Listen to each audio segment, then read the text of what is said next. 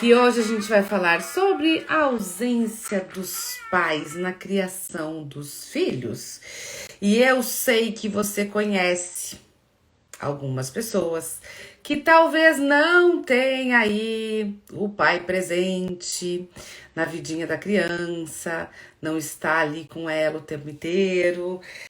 E nem sempre é muito fácil lidar com isso, né? Como lidar com a ausência do masculino? Que cuidados nós, enquanto mães, que estamos com essa criança no dia a dia dela, enfim, precisamos ter.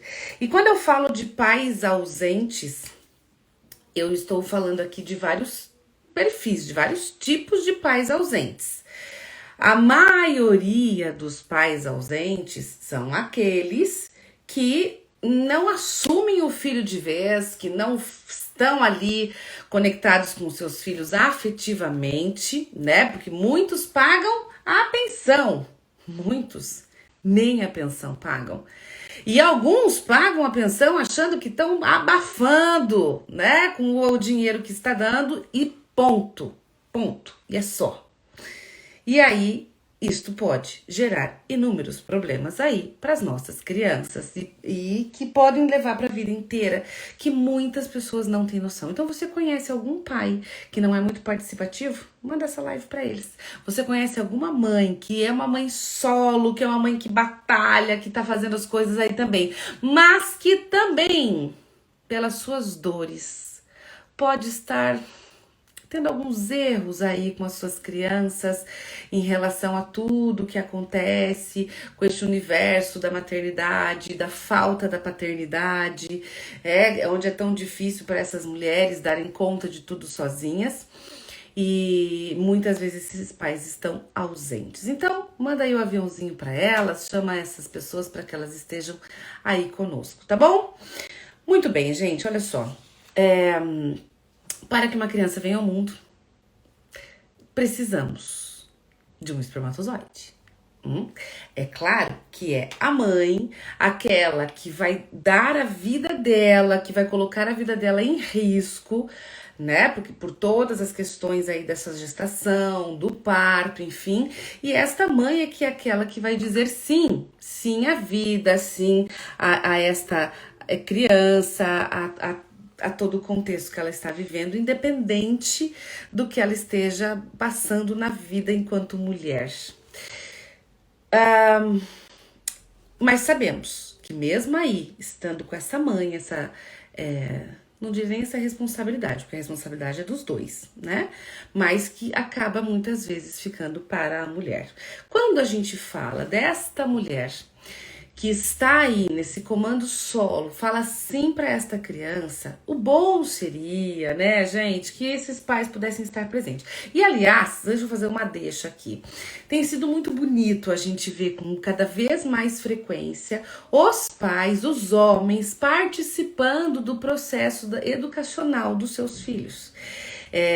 Eu tenho recebido, assim, muito bonitinho, assim, alguns pais que vêm procurar o psicólogo, o pai, gente, não é muito comum, é mais comum a mulher vir procurar o profissional da psicologia, da pedagogia, enfim, para as questões com seus filhos. Muitos pais nem percebem que o filho está com um problema XYZ, nem se dão conta disso. Por melhor que eles sejam, muitas vezes eles não estão ligados em algumas questões aí do desenvolvimento da sua criança. Mas tem aparecido com uma frequência maior do que há um tempo atrás o número de pais preocupados com o processo educacional. Isso é muito legal. A gente vê pais ali que estão na ativa trocando fralda, dando mamar quando é mamadeira, educando no processo, leva pra escola e faz tarefa, enfim. Então, assim, olha, super top esses pais estarem mais participativos. Daí, a gente não pode puxar tanta sardinha deles, porque eles não fazem mais do que a obrigação, afinal de contas, também colocaram no mundo. Eu sei, é verdade, mas até ontem ninguém nem fazia nada disso, né? Até ontem eu sustento esta casa, então o resto é tudo a mulher que faz. E hoje a gente tá tendo uma participação muito maior. E sim, gente, todo reforço, ele aumenta a probabilidade do comportamento acontecer novamente. Então, sim, eu vou super babar ovo nesses pais que estão ativos enquanto paternidade, para ver se eles continuam ativos e se chamam outros pais a ficarem mais ativos ainda. Então, a gente já começa mudando até a forma com que eu tô brincando com as minhas crianças, onde o menino brinca com a boneca também, para que ele entenda o processo dessa paternidade, e da mesma maneira eu, menina, criança, posso brincar que estou lá dirigindo o meu carrão, que eu tô lá sendo no trabalho XYZ, tá? Então, assim, nós estamos em situações diferentes do que alguns anos atrás, algumas décadas atrás. Então, a gente tem muito mais pais participativos e mães que estão fazendo esse movimento, né, de trazer o dinheiro para casa, auxiliar no processo da casa e assim por diante. Mas ainda a gente sabe que sobra para as mulheres muitas questões. Nem sempre o pai sabe que é pai. A mãe sempre sabe que é mãe, né? Então, muitas vezes esse processo acaba acontecendo. E aí, quando a gente fala da ausência do pai, hoje eu quero falar de algumas coisas aqui para vocês. Então, aí, se você tem alguma questão voltada para essa paternidade, fica comigo nessa live, que eu vou trabalhar tanto das questões onde os pais precisam estar mais ligados nesse processo e questões onde nós mulheres, muitas mães, difamam a figura masculina que você, mãe, escolheu para o seu filho, como se a gente fosse dar conta de tudo, e deixa lacunas enormes na vida desta criança, tá? Mas antes de eu começar a falar, eu quero falar aqui para vocês, gente, olha só, do curso de análise de desenhos que vai começar na próxima terça-feira. Terça e quarta da semana que vem, dia 18 e 19, e lá na outra semana, terça e quarta de novo. Você quer compreender melhor a sua criança? Sua criança tem algum problema com a paternidade? Algum problema com a maternidade? O desenho mostra isso, sabiam? O desenho, consigo pelo desenho identificar algumas questões que estão ali nesse processo todo dessa criança. É possível identificar o quanto esse pai tá ausente, ou enquanto eu tenho medo desse pai, o quanto essa figura feminina ou masculina, o quanto eu tenho culpa de falar para minha mãe o processo todo de estar junto com meu pai, o quanto eu gosto, tá? E eu vou contar aqui para vocês algumas situações, alguns pedacinhos de alguns casos para exemplificar aqui com vocês. Então a gente tem muitas questões que a gente consegue também ver no desenho, tá? Então é um curso lindo, que são 4 noites ao vivo, mas eu não posso, algumas noites eu vou ter que faltar, não tem problema, esse curso ficará gravado, e para aqueles que não puderem estar junto, eu dou assistência depois, porque a gente faz muita atividade prática e compreende as suas atividades práticas ali no curso. Então assim, gente, olha, já são, nem sei dizer quantos alunos já passaram, já são mais de 30, 40 turmas, online esta é a 9ª turma, e já teve várias outras presenciais. Tem dado certo, né? Eu sei que algumas pessoas estão um pouco cansadas do online, outros já super adaptaram ao online. E a gente pode estar junto nessa conexão aí, independente do local que você é aí do nosso país, tá? Então, professora, pedagoga, psicopedagoga, arteterapeuta, psicóloga, mãe, madrasta, vodrasta, vó, pai, enfim, todo mundo vem participar, porque vocês não vão se arrepender. É um curso muito top, tá bom? Que começa aí semana que vem, e tem a inscrição lá no link da bio, ou vocês também podem me chamar inbox. Muito bem, olha só, uma coisa importante quando a gente fala do pai ausente, então lembrando, a gente tem o pai ausente que abandona, que nunca cuidou da criança, nunca nem assumiu a criança. Inclusive, deixa eu contar um dado aqui para vocês. Só este ano, até mês passado, mais de 1.005 crianças foram registradas só esse ano sem o nome do pai. O quanto isto é um número muito grande de quantas crianças que não tem nem no registro, que é um direito dela, de saber quem é o pai, de dizer quem é o pai, e esse pai está presente e não está presente. E quantas inúmeras outras crianças que a gente tem no nosso país que tem o registro, mas é quase a mesma coisa que nada. Então a gente tem aquele pai, eu vou falar daquele pai que nunca assumiu a criança, que talvez lá atrás, né? Olha, eu não quero, aborta essa criança e assim por diante. Aí a gente fala de um aborto masculino, tá? E a mulher não faz esse procedimento, ela não entra no processo do aborto e ela assume essa criança para ela. A gente tem aqueles casos onde essa criança nasce, o casal às vezes está junto, às vezes não está junto, mas este pai auxilia um tempo com essa criança, tá? Ele fica um tempo ali morando junto, etc. E aí vem a separação. E aí depois da separação é que esse pai some da vida da criança. E some muitas vezes por vários motivos, porque às vezes o pai some e muitas vezes porque a mãe dá um jeito de fazer, entre aspas, este pai sumir, ok? Que a gente também vai falar sobre isso. E a gente tem aquelas situações onde o pai não é presente porque o pai não tem mais a vida. Esse pai veio a óbito e aí essa criança não é mais criada por este pai. Muito bem. E aí por quê? Porque esse pai não pode estar com ela. Também é um pai ausente. Aqui, gente, é importante, se você for uma mãe solo, enfim, tentar ter uma substituição masculina por perto. Um tio, um avô, alguém que possa, que a criança possa projetar o referencial de masculinidade para ela entender. Daisy, mas a gente tem que lutar por direitos iguais, mulher e homem é igual. Gente, para com essa balela, pelo amor de Deus, vamos lá. A gente precisa lutar por vários direitos, sim, em questão de trabalho, em questão de vida, de várias coisas, sim, direitos iguais. Mas vamos lá, feminino e masculino, certo? Existem comportamentos que é do masculino e que eu, mulher, não dou conta de fazer.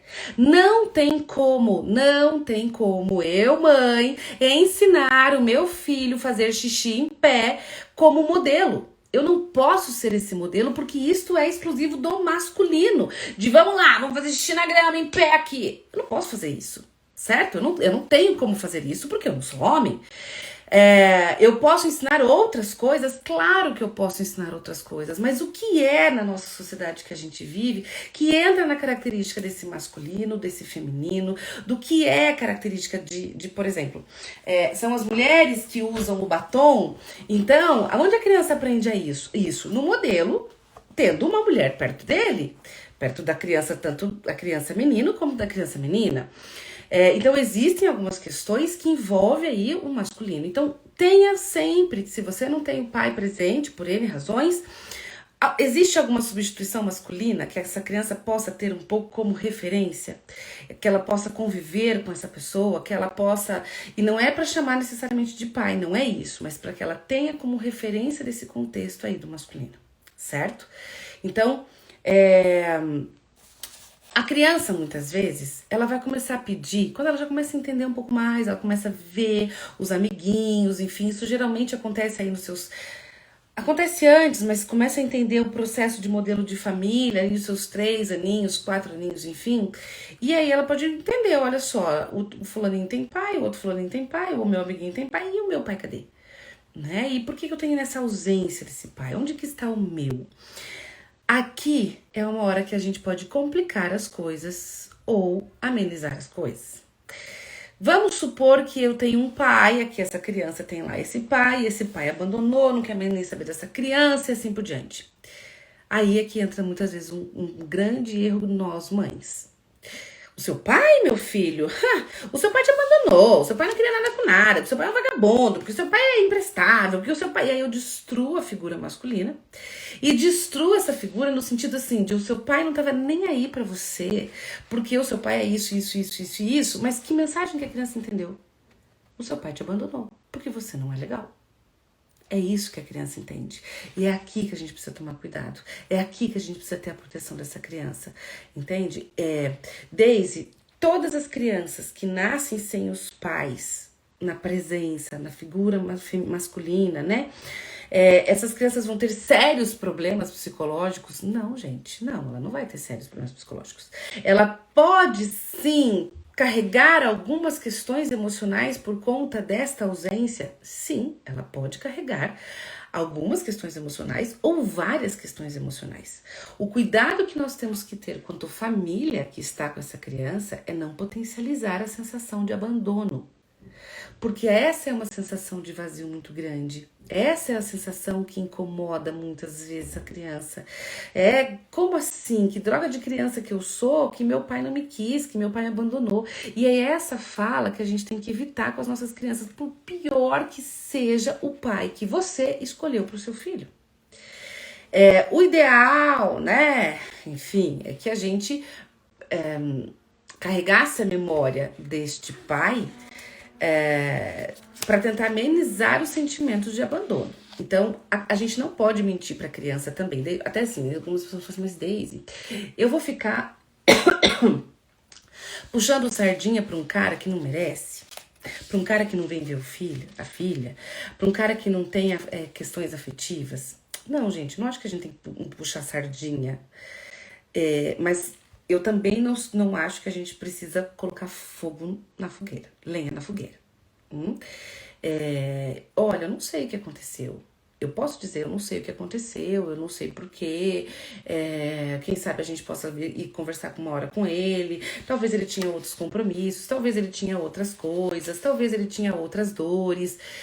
Mas nós precisamos, nós mães, agora eu vou falar, somos nós mães quem potencializa o papel do pai para uma criança. Isso que eu tô falando, gente, é inclusive para quem tem pai em casa, tá? Porque também de nada adianta eu ter o pai da criança todos os dias na casa e eu ficar desqualificando. Tinha que ser teu pai mesmo. Mas teu pai é um bosta. O teu pai não faz nada. Teu pai não serve pra nada, não sei o que ele tá nessa casa. O teu pai é isso, o teu pai é aquilo. Gente, vocês entendem que aí se eu enquanto mãe, que sou a referência máxima da criança, eu fico desqualificando o papel do masculino. O que essa criança entende? Meu pai literalmente é um bosta, meu pai não serve pra nada, o masculino não serve pra nada e assim por diante. Isto pode gerar sequelas. Então, independente de quem foi o pai que você escolheu pro seu filho ou não, tá? Foi uma escolha do meu eu adulto, ok? E agora, pode até nem ser a melhor pessoa do mundo ou nem ser exatamente como eu planejei para os meus filhos. Que fosse um pai ativo, que fosse um pai isso, que fosse um pai aquilo. Mas cuidado para não potencializar aspectos contra essa figura masculina, porque isto vai trazer problema para a sua criança. Não é por conta dele lá. Não posso proteger o macho, ele tem mais é que se ferrar mesmo, eu quero que meu filho deteste ele. O que você ganha com isso? O que o seu filho ganha com isso? Eu ganho vingança porque ele me traiu, então ele ficou lá ficar com a outra, ou ele não quis ficar comigo, ele me abandonou. Tá, essa dor é tua. Mas o seu filho, o que é que o seu filho tem a ver com essa dor? E aí o seu filho pode crescer com uma dor que não é dele. Porque, gente, sim, é possível eu ter uma boa relação com o pai, com a figura de pai, uma boa relação com a figura de mãe, com estes dentro da mesma casa. Como é possível eu ter uma péssima relação com um destes dentro da mesma casa? Como é possível ter uma boa relação com cada um deles em alguma casa? Entende? Eu posso ter uma boa relação com um pai que é divorciado, que mora às vezes com outra mulher, mas eu tenho uma boa relação. Ou um pai que, sei lá, que não mora junto, ou que não assumiu, não sei. Mas é possível ter boas relações? É possível, sim. O que nós precisamos é cuidar. Eu não posso potencializar o lado negativo desta pessoa, porque eu tenho as minhas dores, tá? E às vezes a gente faz isso. Às vezes a gente faz muito isso, né? Então, eu tô chateada com meu marido porque ele atrasou uma conta e vieram me cobrar. Porque tinha que ser o teu pai, porque é bem teu pai mesmo. O que essas crianças têm a ver com isso? A criança não tem nada que saber dessa conta. A criança não tem que saber esse problema, que é um problema que é nosso, enquanto adultos. Se eu coloco uma criança no meio de problema de adultos, gente, aqui começa uma triangulação. Essa criança começa a se sentir responsável. Uma vez eu atendi um menininho e ele gostava muito de visitar o pai. Muito, assim. Ele gostava de passar os finais de semana com o pai. Só que a mãe falava pra mim assim, eu não quero, ela verbalizava muito isso assim, eu quero que meu filho tenha memórias com esse pai. Esse pai foi um erro na minha vida. Então, eu vou fazer o meu filho esquecer esse pai e agora eu vou fazer ele entender que esse meu marido atual é o pai pra ele. E ele vai entender que esse é o pai pra ele. Gente, não dá. Entende que não dá? A criança pode entender que ela tem dois pais até. o pai biológico, que foi quem deu a vida para ele, porque foi necessário aquele espermatozoide para que ele viesse ao mundo. E ele precisa honrar isto. E honrar isso não é necessariamente babar ovo nesse pai loucamente, se ele achar que não deve ou que não pode. Mas esse pai foi necessário para ele existir. E foi você que escolheu. Aceita que dói menos. Se foi um pai bom, um pai ruim, enfim, mas, né? Se foi um acidente, se foi uma transada só, não sei. Mas foi, aconteceu, ok? E aí? Eu posso ter o pai de coração, porque muitas crianças têm a questão da afetividade com um outro homem. E é possível, sim, gente, claro que é. É possível, pode construir relações lindas com um padrasto ou madrasta, né? Esses nomes, eles são meio ruinzinhos, assim, eu acho, particularmente, né? O pai afetivo, a mãe afetiva, eu acho que é o nome mais bonitinho. Mas a gente precisa honrar aquele que me deu a vida, certo? Se é uma criança, se é um pai ou uma mãe também que vale, né?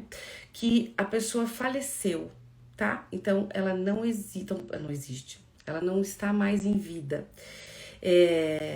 Deise, eu posso carregar boas memórias ou eu preciso fazer a criança esquecer desse pai, já que ela talvez nem conheceu o pai direito? Gente, de novo, a gente honra esta figura do pai, porque foi necessário este pai para me dar a vida.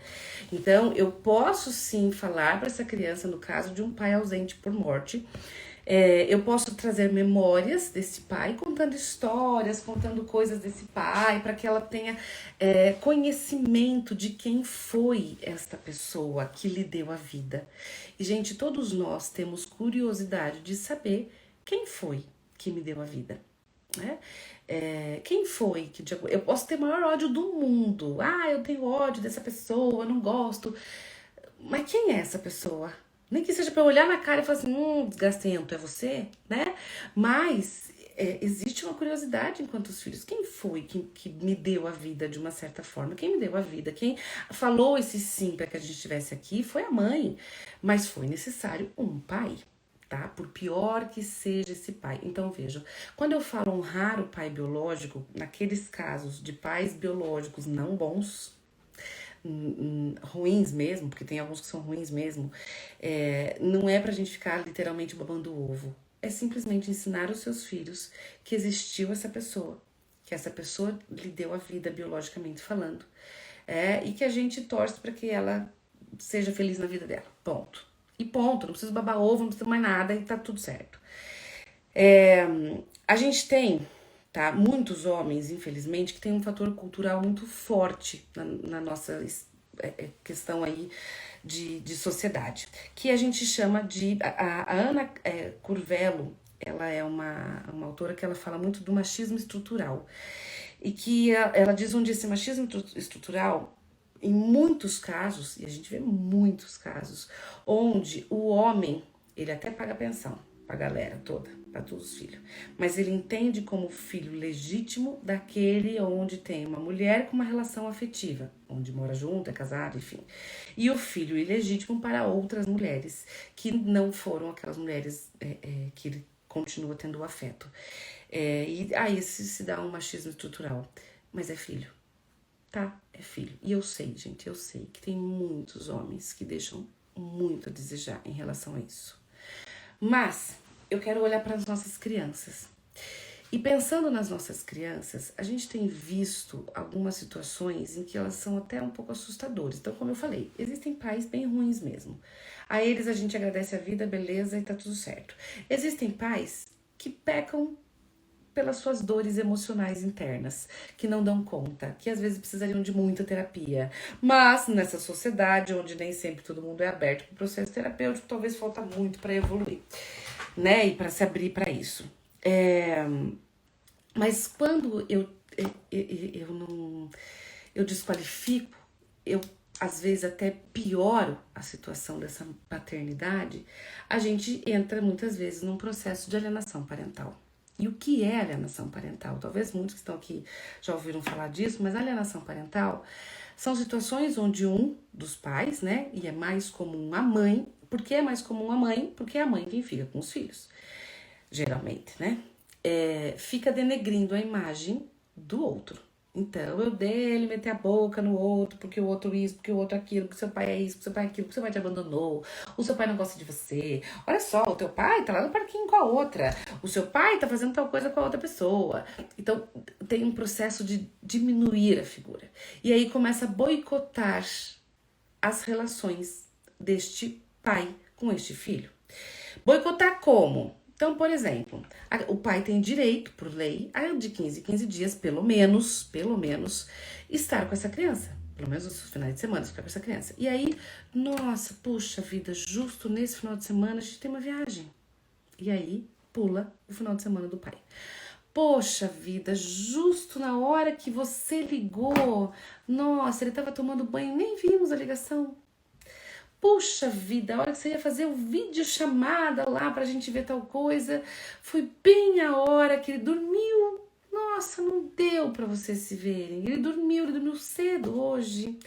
E aí eu começo, enquanto mãe, a boicotar a relação via celular, ou eu começo a boicotar a relação pessoal. Por quê? Muitas vezes eu tenho as minhas dores, porque eu fui traída, ou porque você me abandonou, ou porque você não pagou a pensão direito, ou seja lá o que for, que tem as minhas dores que eu vou afastando aqui. Ou muitas vezes, porque eu realmente quero que a minha criança esqueça que esse pai existe. Eu quero eu dar conta de tudo sozinha. E aí a criança, inicialmente, ela vai tendo uma mistura de sentimentos. Eu gosto do meu pai, mas se eu contar pra minha mãe que eu gosto do meu pai, a minha mãe vai ficar chateada, tadinha, ela sofre tanto por causa desse pai. Então eu também preciso falar pra minha mãe que eu também não gosto do meu pai. E aqui a gente começa a confundir a criança num tanto que a própria criança começa a não querer atender o pai, começa a não querer sair com o pai, chora pra sair com o pai. E aqui às vezes existe um limiar bem difícil mesmo, sabe? Porque às vezes a criança chora porque ela realmente não quer sair com o pai, porque é ruim sair com o pai, porque esse pai não é a melhor pessoa para ela conviver, às vezes ela não tem vínculo nenhum, porque às vezes a mãe não deixou ter vínculo, ou porque esse pai não quis ter vínculo, ou cada caso é um caso, né? E às vezes a criança chora, porque ela não pode ir com o pai, porque senão ela vai deixar a mãe triste. Eu já atendi casos em que a mãe falava assim, você vai com seu pai? Você vai me deixar aqui sozinha? Poxa vida, a gente tinha pensado em tantas coisas legais pra gente fazer final de semana. Não acredito que você vai ficar com seu pai. E aí a criança fica... Olha, gente, olha que cilada. É o meu pai que eu gosto, mas é a minha mãe que eu gosto e que a gente tem uma conexão gigante. O que eu faço? Eu vou com meu pai ou não vou com meu pai? Eu lembro uma vez um menininho que eu atendi, ele falava assim... então, a gente foi andar de moto, mas não foi muito bom, porque não é legal crianças andar de moto, não é saudável. Peraí, criatura de 5 anos, de 7 anos, essa fala não é uma fala de uma criança que andou... Mas você tava de capacete? Falando, sim, meu pai me deu um capacete lá do... Meu Deus, como é que é o nome daquele? Do Ben 10, do Homem-Aranha, ou sei lá de que personagem, e o capacete específico para sua idade. Então você andou de capacete, mas então você estava seguro. Você estava andando de moto com o seu pai ia fazer alguma coisa errada com você? Não, mas moto não é para crianças. Moto é coisa de adultos. Crianças não devem andar com isso. De quem é essa fala? Né?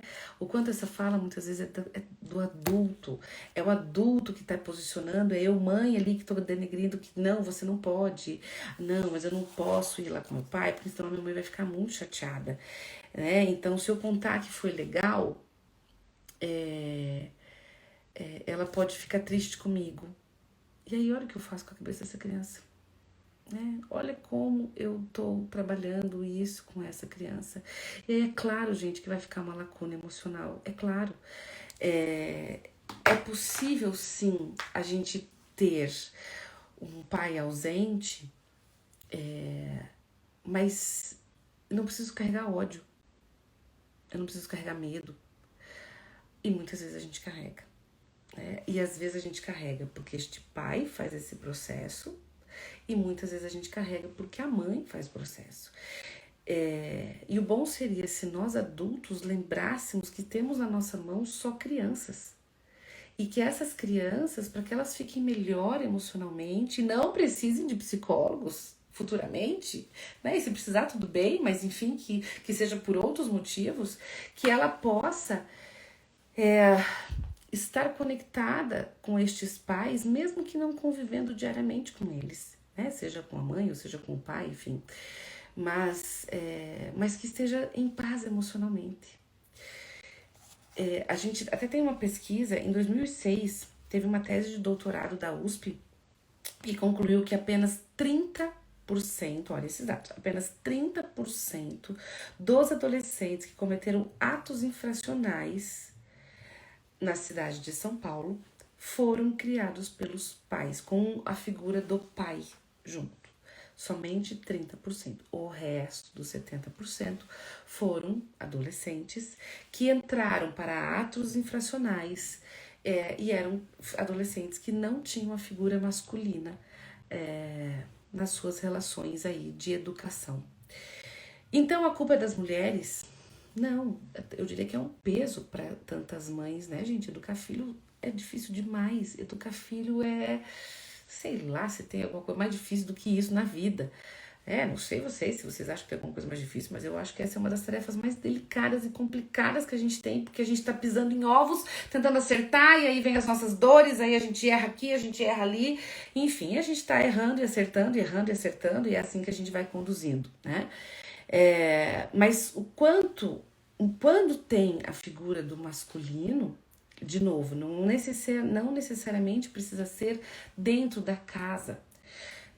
O criado por pais pode ser esporadicamente, pode ser 1, 2, 3 vezes durante a semana, pode ser de finais de semana, pode ser, mas aqui, ó, a gente tem isso aqui hoje. Isso aqui facilita a nossa vida, a gente pode conversar e criar vínculos com muitas pessoas.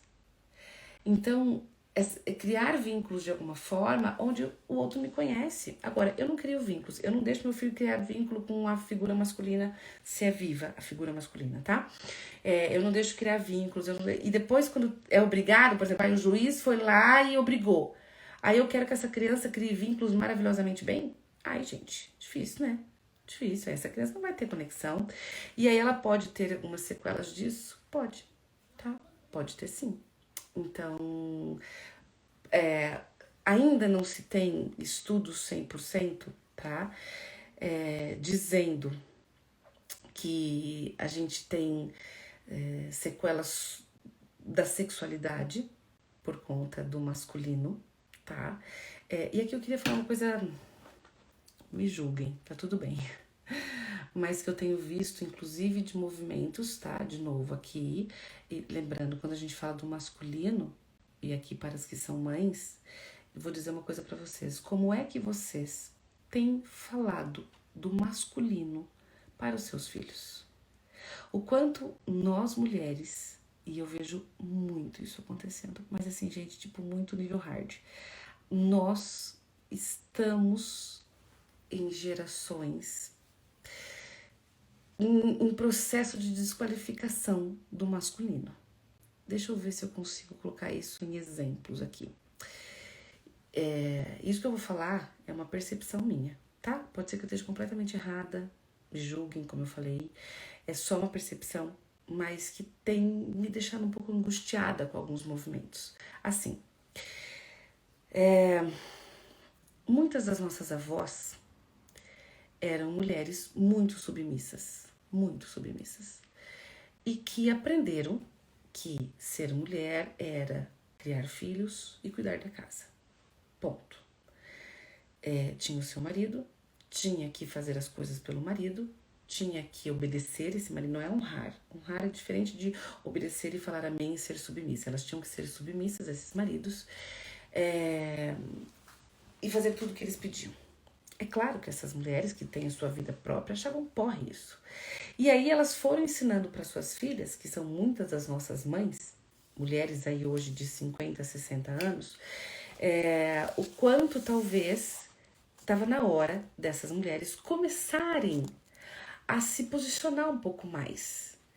E aí a gente cresceu escutando coisas do tipo, as nossas mães e avós. Sim, você tem que cuidar da casa, você tem que ter filhos, mas comece a pensar no que fazer da vida. Comece a pensar em como ter o seu dinheiro. E aí algumas mulheres começaram a ir para o mercado de trabalho. Outras permaneceram em casa com os maridos, cuidando de filhos e da casa. Ok, algumas super gostam e algumas super gostam, tá, gente? Então assim, não tem problema nenhum em ficar na casa, cuidar de marido, cuidar de filho, não tem problema nenhum nisso. Mas algumas pessoas não gostavam deste cargo. E aí começaram às vezes assim, nossa, eu queria ser igual a fulana, trabalhar fora, olha, eu queria ser igual a outra ciclana, trabalhando fora, ganhando o próprio dinheiro, sem ter que precisar pedir dinheiro pro marido. E aí as nossas mães começaram, tias, né, a ter falas do tipo, olha, minha filha, trabalhe, estude, seja alguém na vida, ganhe seu próprio dinheiro, trabalhe, não dependa de marido, não dependa de homem nenhum, trabalhe, trabalhe. Certo? Alguém? Meninas, já escutaram isso aqui das suas mães, tias, avós? Seja alguém na vida, não dependa de marido. Beleza. Aí vem a nossa geração, dos 40, dos 30. Onde a gente está estudando, trabalhando, para ter o nosso próprio dinheiro. Ótimo. Beleza.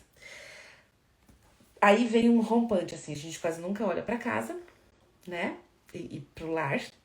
E olha só pro trabalho. E aqui também entra uma crise, porque ao mesmo tempo que você tá chegando nos 30, começa com outro tipo de cobrança. Você não vai casar? Você não vai ter filho? Tananã, né? Então, tá. Aí a gente casou, teve filhos, e aí estão tudo enlouquecida, que é o que eu mais escuto das mulheres. Meu Deus, é muito difícil ser mãe, é muito difícil ter que dar conta de tudo, porque eu tenho que trabalhar, eu tenho que isso, tenho que aquilo, tenho que cuidar do filho, mercado, janta, tarefa, um monte de coisas, porque a gente assumiu o compromisso. Eu sempre brinco, né, gente, que assim, olha, na época das cavernas, tava muito dividido, bem bonitinho, literalmente, né? O homem vai lá caçar, trazer a comida para dentro da caverna, tá?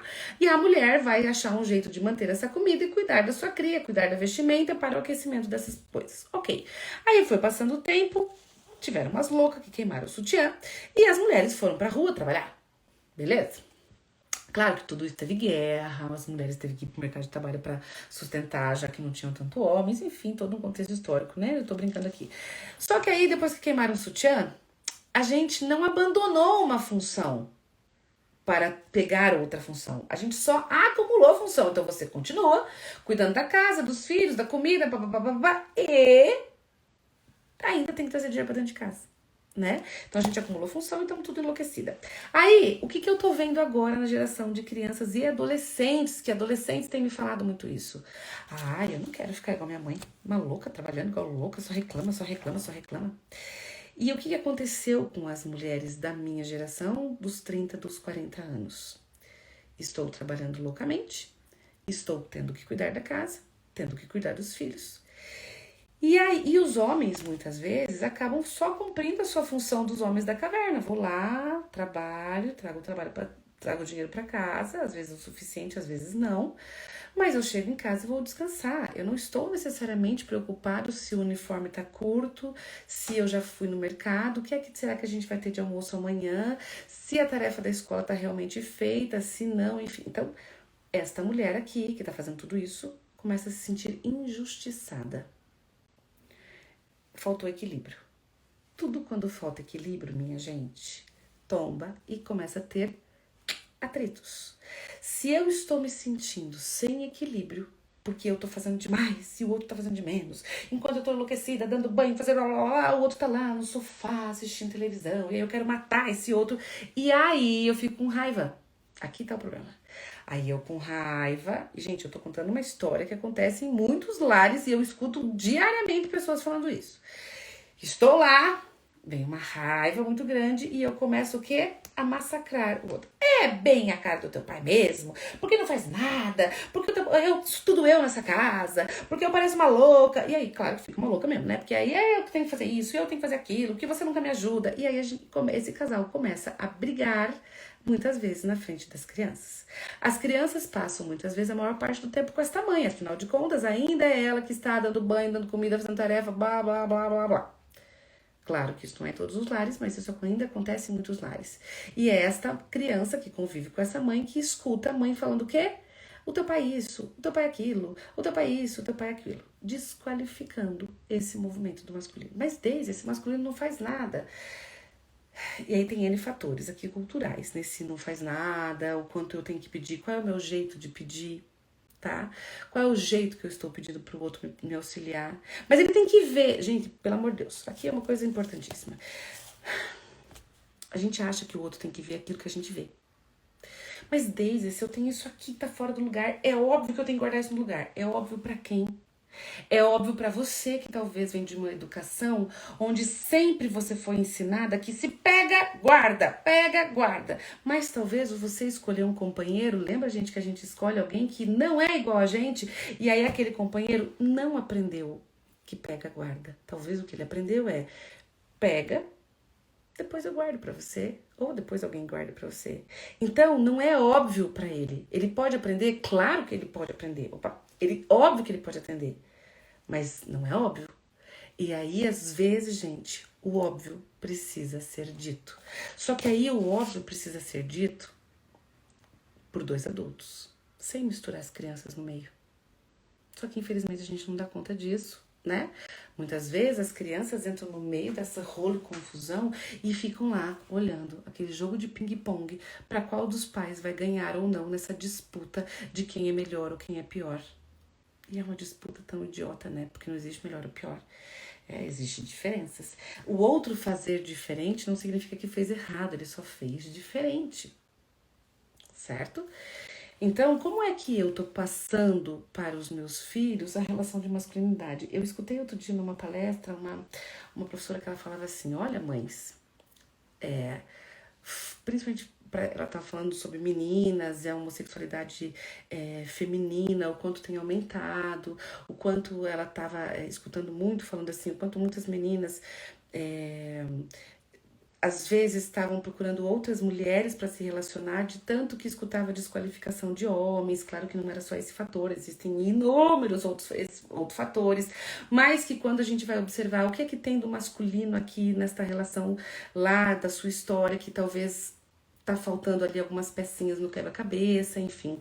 E aí ela falava, essa professora ela falava assim, quanto é importante nós, mães, qualificarmos o papel dos pais. Não para o homem, porque você pode até estar morrendo de raiva do homem, mas para que os seus filhos entendam o quanto é importante aquela figura na vida daquela criança. E da mesma maneira que o homem qualificar aquela mulher. Então, como? Em vez de eu ficar, porque teu pai isso, teu pai aquilo, de falar bem naquilo que o pai tem de agradável, tá? Qualificar aquilo que ele tem de bom, mesmo que você esteja morrendo de raiva, né? Porque às vezes você fala assim, meu, mãe não merece, tá? É pela criança, foco na criança, tá? Mas, e a mesma coisa, o pai qualificar a mãe, olha que legal, a mamãe fez isso pra gente, mesmo que a nossa relação enquanto homem e mulher não esteja boa, mas são relações, gente, completamente diferentes, e é isso que a nossa dor da briga, da separação, da traição, ou seja, qual for a sua dor. É isso que a gente precisa trazer o meu eu adulto. Eu adulto preciso entender que se eu fui traída, fui eu, mulher, fui traída. Não a criança. A criança continua. A gente tem papéis diferentes. Eu posso ser uma péssima esposa e posso ser uma ótima mãe. E sim, muitos pais são bons pais e péssimos maridos. E ao contrário também, tá? A gente às vezes tem bons maridos e péssimos pais, ok? Então, qual é o papel, tá? Qual é o papel que o seu companheiro exerce ali para com as crianças ou o pai, né? Enfim, dos seus filhos, etc. Então, quanto a gente precisa cuidar com o referencial de masculinidade que nós estamos colocando. E aqui, né? Só fazendo um parênteses aqui. Então, em relação àquelas crianças que o pai é um pai ausente por morte, sim, é possível manter uma boa memória. Desde é importante? É importante, sim. É importante ter uma boa memória para que essa criança entenda que mesmo que meu pai não está aqui, porque ele não pode estar aqui, Ele foi um bom pai, ele me desejou. Eu posso contar histórias para criar memória na criança, porque a criança, às vezes, dependendo da idade dela, não tem muita memória. Mas eu posso criar memórias, eu posso contar coisas, eu posso dizer qual é a história desse pai, como é que a gente se conheceu, como que foi tudo isso, como que foi criado, para que essa criança tenha, principalmente quando é de um pai ausente por morte, que ela tenha uma recordação que aquece o coração dela. Tá? Quando é um pai ausente por separação, eu também posso dizer algumas coisas que foram boas, porque talvez se esta criança for gerada, com exceções de algumas situações, mas na maior parte das vezes houve um encantamento, houve uma troca de olhares, houve uma paquera, houve o desejo, houve às vezes amor, enfim. Então houve uma conexão, e é isso que às vezes a criança precisa entender. Tá? O quanto a gente precisa realmente talvez trazer para essa criança a relação dela com a figura do pai, lembrando sempre, gente, que a figura que eu tenho com o meu pai ou filha não é a mesma relação que a minha mãe tem com o marido dela, que a minha mãe tem com o pai do filho dela, né? Então, somos relações diferentes. Não é fácil, não é fácil. Eu sei que tem muitos pais que deixam a desejar, como tem muitas mães que deixam a desejar. Quando a gente fala de alienação parental, gente, alienação parental é um crime, tá? Que pode ser comprovado, e se comprovado, a maioria das vezes acontece da mãe, tá? Eu já vi pelo pai, mas muitas vezes acontece da mãe, e se isso é provado, essa mãe pode até perder a guarda dessa criança, tá? Mas muitas vezes o que acontece, infelizmente, para que essa criança fique longe do pai, algumas mães vão tão longe nisso que colocam na cabeça dessa criança falsas memórias, inclusive memórias de relações de abuso. Abusos muitas vezes que não aconteceu, mas que eu pego uma cena X e potencializo ela e faço dela um auê para que na cabeça dessa criança vire uma situação de abuso. O que são falsas memórias? Eu não sei se todo mundo aqui entende quando eu falo falsas memórias. Vou dar um exemplo para vocês. Então agora eu quero que você imagine você mais ou menos como você era quando você tinha 7 anos de idade. Imagine você lá, tenta lembrar do seu rosto com 7 anos de idade. 7 anos de idade é aquela idade que a gente tá trocando os dentes, fica meio banguela, os dentes estão aparecendo. Conseguem lembrar mais ou menos como você era nessa época? Então agora eu quero que você imagine você de blusinha verde e em um shorts branco, correndo pelo pátio lá da casa. Pelo quintal do seu prédio, se você morava em prédio, correndo no quintal da sua casa, andando por lá e de repente você caiu e você rala o joelho. Só que aí eu vou contar de um jeito diferente. Gente, lembra aquela vez? Nossa, filho, tinha uma época que você tinha 7 aninhos. Meu Deus do céu, você tinha os dentão, assim, tava todo banguelinho.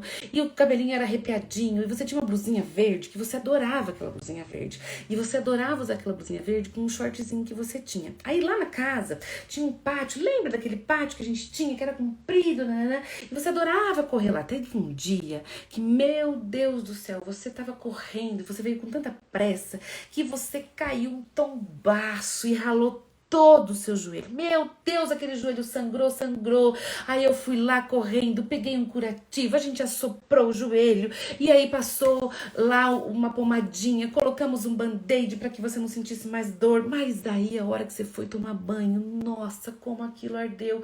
Meu Deus, filho, você chorava tanto. Aí a mamãe te abraçava um monte. Vamos lá, gente. O que eu tô fazendo aqui? Talvez isso nunca aconteceu, isso não existiu, mas se eu começo a contar uma história dessa para uma criança de 7, 8, 9, 10 anos, poxa, sou eu, mamãe, que estou contando, como é que ela vai achar que é mentira? E a partir do momento em que eu conto essa memória, tá? Passa os dias e alguém fala assim, ai, lembra quando você era pequeno? Lembro? Menina, claro que eu lembro. Nossa, eu tinha uma blusinha verde que eu adorava. Inclusive, eu lembro de um dia, meu Deus, eu me lembro como se fosse hoje. Eu sinto até a dor quando eu penso naquele dia. Que eu caí, me espatifei. Nossa, como doeu meu joelho. O que é isso, gente? Foi implantada uma falsa memória, ok? E passa o tempo e eu entendo que aquilo é a memória de algo que eu vivi. Então, da mesma maneira que a gente implanta falsas memórias, também é possível boas memórias, tá? E nessas situações de falsas memórias, muitas vezes acontece, sim, na relação. Nossa, você não lembra, né? Mas o teu pai, meu Deus do céu, a gente ia no parquinho, ele não levantava pra brincar. Ele não gostava, você ficava implorando pra ele, papai, vem me balançar. E o seu pai, minha filha, não saía do celular, nem olhava pra você, não queria te balançar. Vocês estão entendendo aqui o que eu quero dizer? O quanto muitas vezes isso nem aconteceu. Ou talvez até aconteceu desse pai te levar pro parquinho e ficar no celular. Gente, isso acontece com todo mundo. Mas quando eu potencializo, ele não te olhou, ele não te balançou. E às vezes esse pai não balançou, porque às vezes na hora que você tava chamando, tem milhões de crianças gritando no parquinho, ele não ouviu, porque às vezes ele tava respondendo uma coisa importante no celular, sei lá, tá? Mas aí, se eu potencializo, isso é verdade. Meu pai era horrível. Meu pai era péssimo. Ele nem brincava comigo. Ele nem gostava de fazer as coisas comigo. E aí eu começo a trazer dor para esta criança. Por favor, não façam isso. Criança nenhuma no mundo. Mesmo que isso aconteça de verdade, mas a gente não precisa potencializar isto na vida de uma criança. Crianças merecem ser amadas. Crianças merecem ser amadas. E se elas não forem amadas como eu gostaria que ela fosse amada? Eu, pelo outro, né? Pelo progenitor que não tá comigo, que tá com ela. Eu vou fazer o meu melhor por essa criança. E o meu melhor não inclui desqualificar o outro, por pior que ele seja, por pior que seja o pai ou a mãe. Cuide, por maior que seja a mágoa que você, adulto, tem deste pai do seu filho ou mãe do seu filho. Essa mágoa é tua. Não descarregue isso na sua criança. Deixe que a sua criança, com o tempo, vá descobrindo o pai que ela tem e a mãe que ela tem. Tá? A sua criança pode descobrir isso. Tá? E talvez a sua criança, que pode ter escutado a vida inteira, porque o teu pai sempre fez isso pra você, vai passar o tempo e vai falar assim, mas talvez meu pai fez aquilo porque era aquilo que ele sabia fazer. Tadinho, ele fez o melhor dele, do jeito dele. E nem por isso eu preciso carregar mágoa. Às vezes a mágoa é da mãe. E, de novo, a alienação parental, ela acontece, às vezes, com o pai das crianças, com a mãe das crianças, na mesma casa. É claro que juridicamente, vai lá pra justiça e brigar lá no tribunal, coisa parecida, casos normalmente de separação, de guarda compartilhada, de briga pela guarda. Mas esta relação de alienação parental, de falar mal do outro para a criança, ela acontece inúmeras vezes dentro da própria casa. Principalmente por aqueles pais, que gostam de ser vítimas. Eu falei na live de ontem sobre a criança interior. E a nossa criança interior, às vezes, carrega tantas dores que é birrenta. E aí a gente adulto se torna birrento também, tá? E aí eu vítima do planeta, fico, olha só o seu pai, o que ele faz, olha o que o seu pai faz comigo. E aí a criança começa a entender o que? Meu Deus, é verdade, meu pai fez isso com minha mãe, ele é péssimo. É verdade, meu pai é péssimo. E às vezes, depois de adulto, lá nos seus 30, 40 anos, eu descubro assim, gente, ele nem é tão péssimo assim. É só o jeitão dele, é só saber lidar. Ele nunca falou que ia ser diferente, por que eu tô aqui esperando uma coisa tão diferente disso, tá? Desde com que idade a criança começa a dimensionar como é esse pai, como é essa mãe? Jaque, assim, na idade dos 4 anos, 3 anos e meio, 4 anos, a criança começa num processo de identificação. O que é isso? Meninas usam batom, homens usam gravata, boné. Meninas brincam disto, meninos brincam daquilo. Meninas têm pepeca, meninos têm pipi. Então, eles começam nessa idade dos 4, 5 anos, identificar os contextos do masculino e do feminino. Se na casa eu tenho o pai e a mãe que me trazem o masculino e feminino, é nessa idade que eles começam a dimensionar um pouco como é o pai como é a mãe. Mais claro do que na primeiríssima infância, que do 0 aos 2 anos.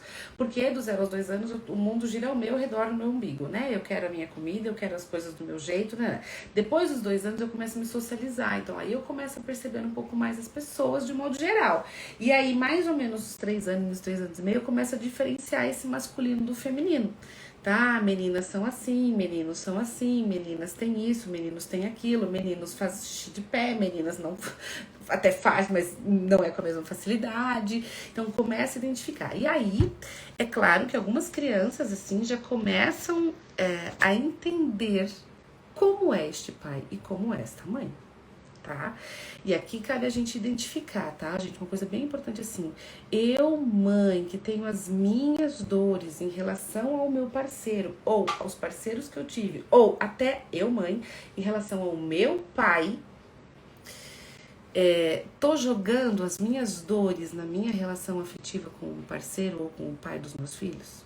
Porque às vezes a gente faz isso, tá, gente? Às vezes a gente escolhe parceiros inconscientemente que é como se eu quisesse que eles viessem suprir a ausência do meu pai.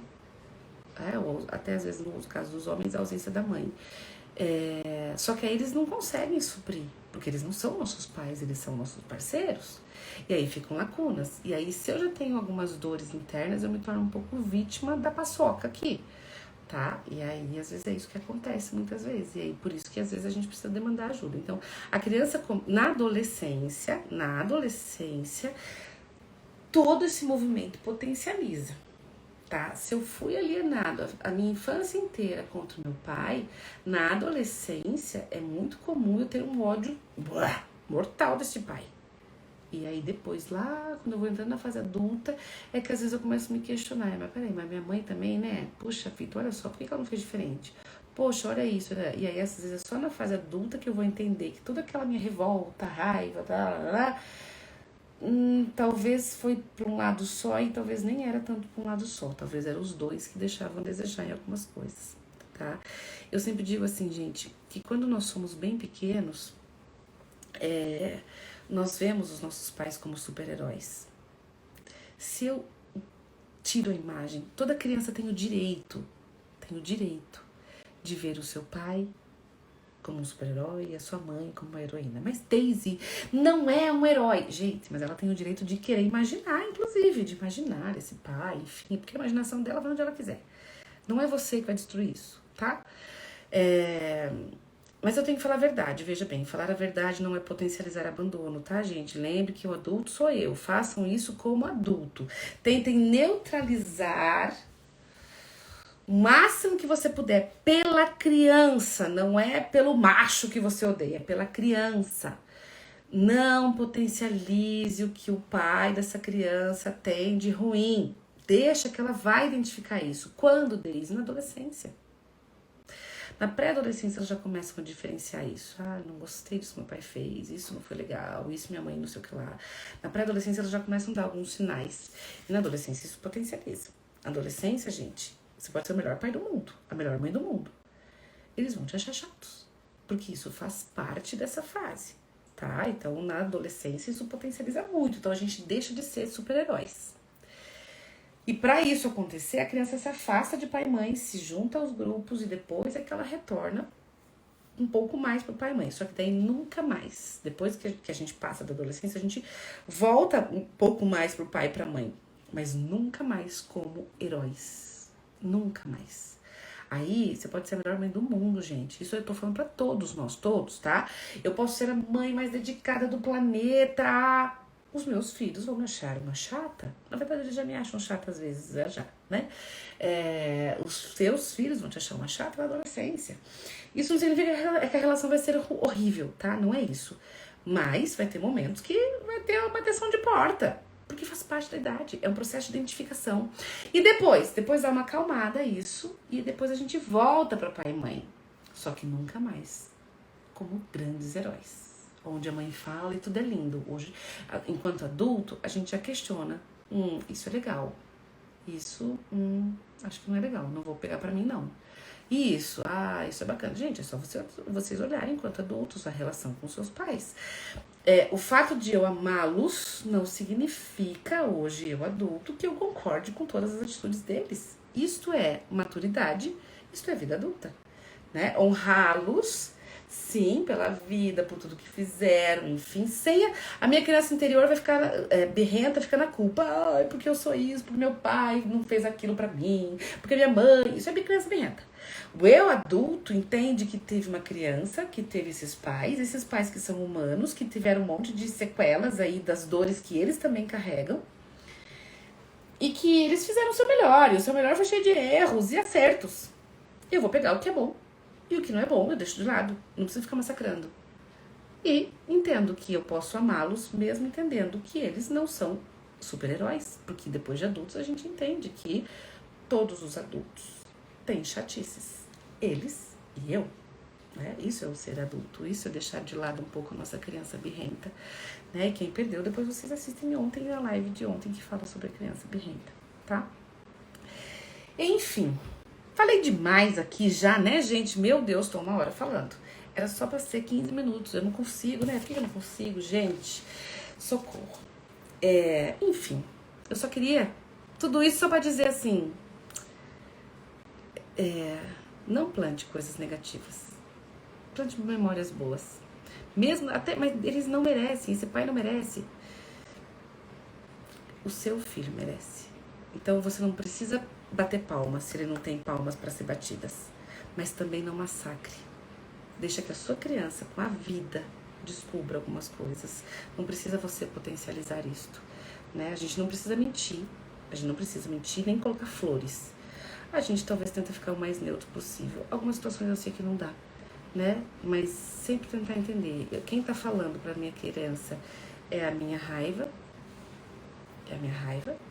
Ou é aquilo que eu tô pensando na criança, tá? Porque às vezes, gente, a gente tem tantas dores nossas, adultos, dores da traição, dores do abandono, porque ele não quis casar comigo, porque ela não quis casar comigo, porque ela não quis morar junto.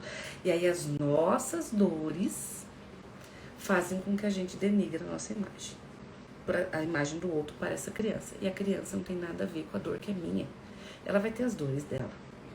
Mas aí são dores que é dela. E não precisa alimentar as minhas, tá? Pra quem tá chegando só agora no finalzinho, sim, vai ficar salvo ali no meu feed, tá bom? Espero vocês. Amanhã, gente, a nossa live tem um horário diferentão. 1h da tarde. É isso mesmo. 13h13, eu espero você pra nossa live de amanhã. E a nossa live de amanhã, prestem atenção, eu vou falar sobre agressividade infantil. Teu filho bate, teu filho morde, teu filho faz essas coisas. E também como é que a gente consegue identificar agressividade no desenho. Eu falo muito sobre agressividade infantil lá no curso do desenho, que vai começar terça-feira que vem, dia 18. Vem fazer parte dessa turma, tá? Por favor, que é bem legal. Vocês vão amar, tá? É uma live bem legal. E aí eu falo também, no curso do desenho eu falo bastante sobre agressividade, sobre abuso, sobre violência, como é que eu sei se a minha criança está sendo violentada, ou se ela está violentando também, é possível ver. Então, tudo isso a gente consegue identificar através dos desenhos, tá? Olha aqui, ó, as meninas que já fizeram o curso do desenho, é muito legal mesmo. E amanhã eu vou falar um pouquinho de comportamentos agressivos no papel. Será que meu filho está sendo agressivo com os amiguinhos dele? Será que não? Será que sim? Então, vem amanhã comigo, 13h13, tá? Amanhã, porque à noite, amanhã eu tenho aula. Eu também sou aluna, e aí a gente tem que fazer jus, né, aos nossos estudos, tá? No sábado, nós não teremos live. Sábado é festinha de aniversário da minha filha, ela faz aniversário no domingo. Sei lá o que eu vou fazer com essa chuva, Senhor amado, né? Com criança, enfim, vamos lá. A gente não foi atrás de nada ainda, aquela mãe mais naturada. Então aí eu vou ter que ir atrás de todas essas coisas. Então sábado nós não temos live, mas domingo nós temos uma live linda, bem linda mesmo, pra vocês, tá bom? E na segunda nós vamos falar sobre birra.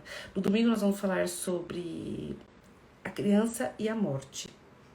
Como conduzi-las quando elas perdem alguém que ama. Como acolhê-las quando elas perdem alguém que ama. Isso no domingo, 21 e 21, tá? E na segunda também nós teremos uma live falando sobre birra, frustrações, crianças, a questão do limite e como a gente conduzir um pouco isso. Eu espero vocês, certo, gente? Um beijo grande.